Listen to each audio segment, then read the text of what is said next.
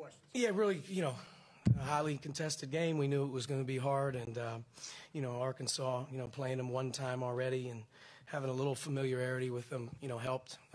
Clearly them having their big guy out is a little different game plan. But I thought in the half court when we were working, I thought we defended pretty well and we challenged the three-point line, which is a huge thing. When we took care of the ball, we didn't give up as many transition baskets. When we didn't take care of the ball, I think that's where they made a killing in transition. But all in all, when you're able to play a game at this time of year and win it, it feels good. And we got another one coming next week. And, obviously today was a great environment, too. Really appreciate the fans that came out to the game. I mean, you probably don't win that game without that type of crowd. So hopefully we can get another one of those. But we're a game away from New York City. And when you're in this thing, you try to win it. And we'll either have Clemson or Wichita State, which both teams are really good. And it'll be a really hard game on the next one as well. But we're really thankful to win. Zach, you got first question. 18 points. I think it's 6 straight in double figures now. I know he had some turnovers too, but double-double with the rebounds. He's good. He's our most important sort of cog in the wheel right now. I mean, he's making a lot of plays. He's shooting the ball extremely well with great confidence. He had 11 defensive rebounds at the guard slot tonight. He also had 3 steals. But he's really turned it on here at the end. I think we've won 6 out of 7, and we probably don't win any of them without Devontae's ability on both ends of the floor. And I give him credit. He only practiced one day this week. He was sick all week long, and the flu bug or whatever it was. So he sort of really rose up today for us. We needed him, and he again kind of showed up and made some really good plays for us. Where does that come from, just do you think? I mean, has it been something you've seen in practice? Is it something you can kind of point to, 1 or 2 things he's doing differently? He's just playing the game right now with freedom. I don't think he's worrying a whole lot about coming in the game or out of the game. I think right now he's just playing to win. He knows he needs to make plays for us. And the one thing that he's given us is, I think everyone would say it, but you make some shots, it makes the game a little easier. And he's helped us get over the hump here recently just with his ability to make some shots, tough ones too. So first half he kept us going. Second half, again hit a big one on the inside out that Deron kicked out to him. But he's playing as well as he has since I've been here. Jeff? To kind of coattail off that, obviously Al was really big last game. Green this game. He's really steady. What do you like about those 3 guards and how they're playing right now? They're giving you everything they got. I mean, we've never played all season long with those 3 players on the court at one time, so it changes your offense. But I think all 3 guys are hanging in there defensively. We haven't played a real big physical team at the wing spot yet, so that we've been able to get away with it. But Al, Rob, and Devontae give you your highest, playmaking ability, especially in transition. And I think, Al obviously had great looks tonight. They didn't go down. He scores 22 the other game. And I thought Rob had a key stretch in the second half where he made plays as a point guard, whether it was baskets or dump offs.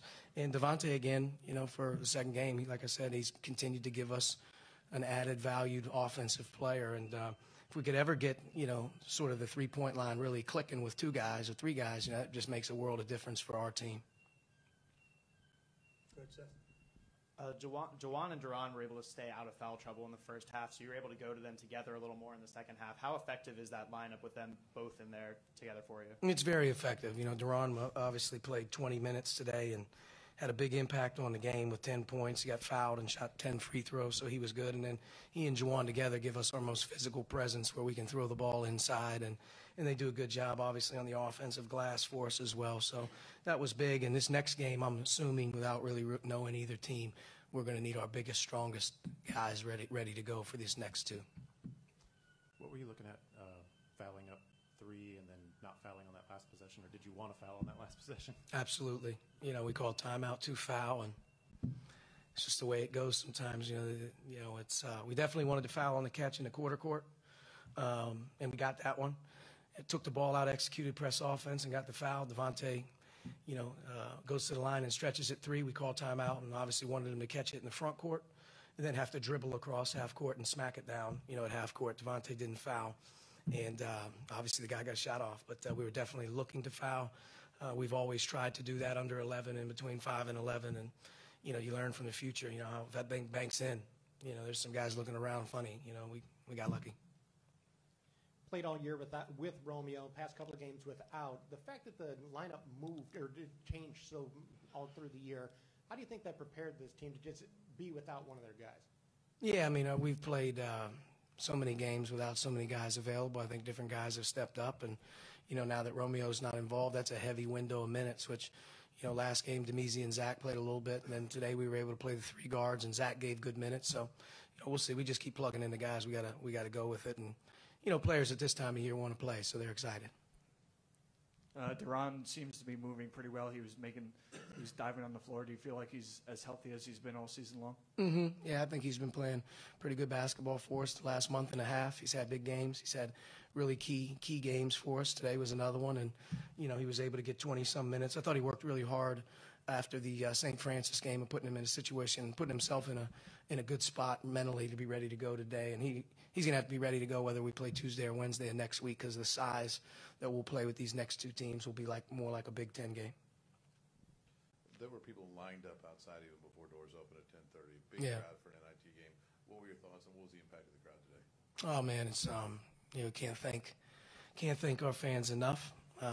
The environment in there was as good as we've had. The fans that are coming here want to be here, and our players really benefited from it today. You're not able to win that type of a game without that type of road advantage for the opponent, and definitely without question, can't thank them enough. And I'm assuming, and hopefully when we play this next one, we'll have a similar version of it. But it's incredible to watch them all stand up, line up, doors open, and fill in. And we had an excellent crowd today. They were very, very helpful. I thought Zach looked a little more active today than he had the past few games.